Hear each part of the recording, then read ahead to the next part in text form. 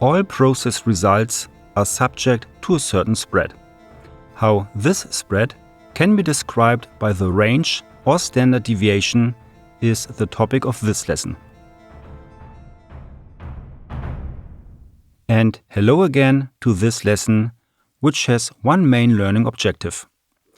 The aim is not to explain the mathematical relationships, but rather to create a general understanding of what the range and the standard deviation are.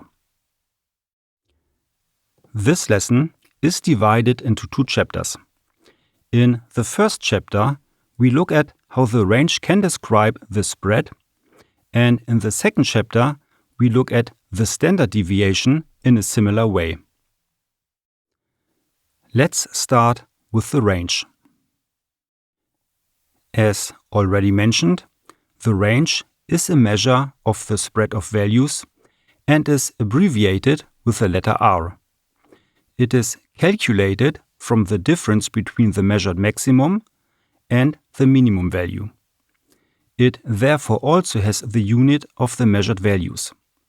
Here, the minimum value is 60.03 mm and the maximum value is 60.17. So the range is 0.14 mm.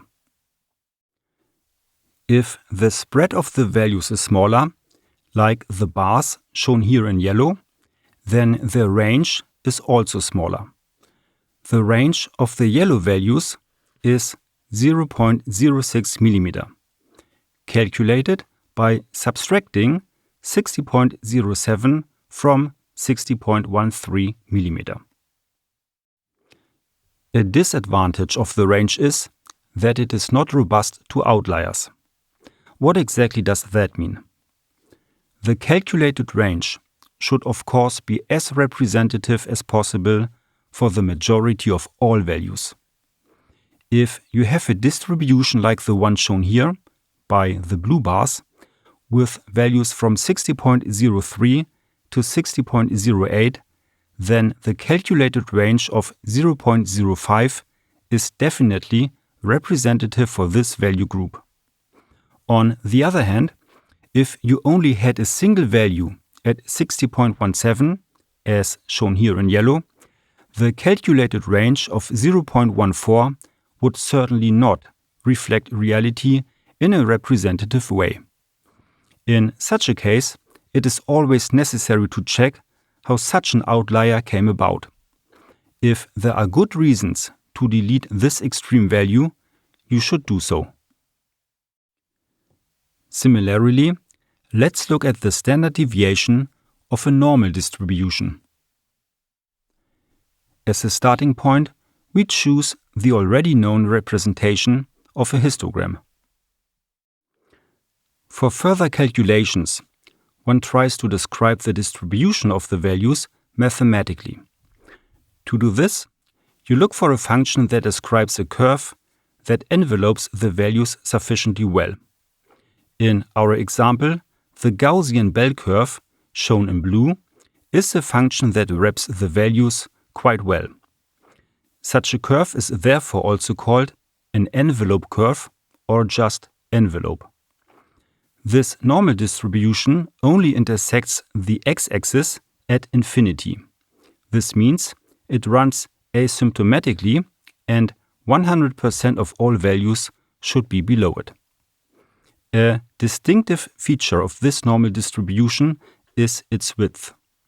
For a better comparison, we again add a distribution with a smaller spread.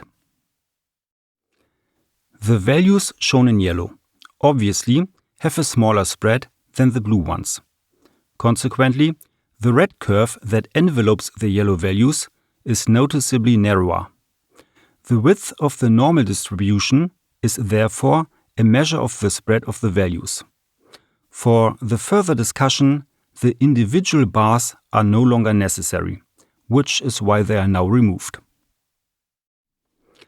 Next, let's look at an important metric of the standard deviation. The standard deviation is a measure of the spread of the values around their expected value if the measured values are randomly distributed. This means the standard deviation describes the width of the normal distribution. An inflection point is a point on a function graph where the graph changes its curvature behavior. It's a point on a smooth plane curve at which the curvature changes sign. This is the case here at around 60.07 and 60.13 mm.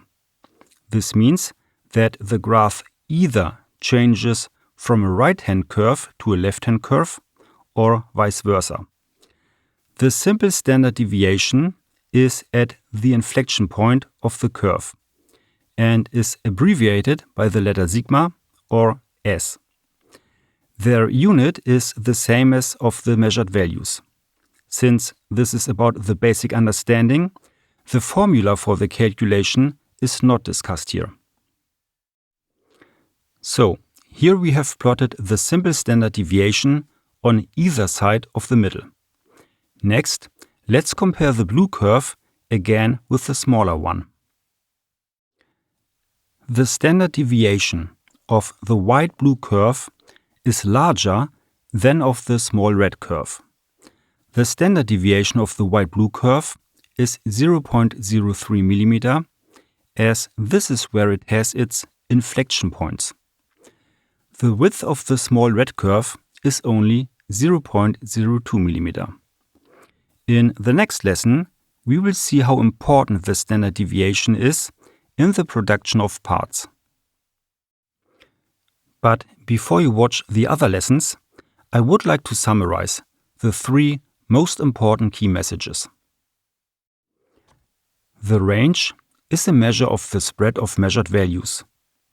The range is calculated from the difference between the maximum and minimum values. The standard deviation is a measure of the spread of values of a random variable and of the width of a normal distribution. If you found this lesson helpful, please let me know and leave a comment. Thank you for that, take care and see you next time. Bye!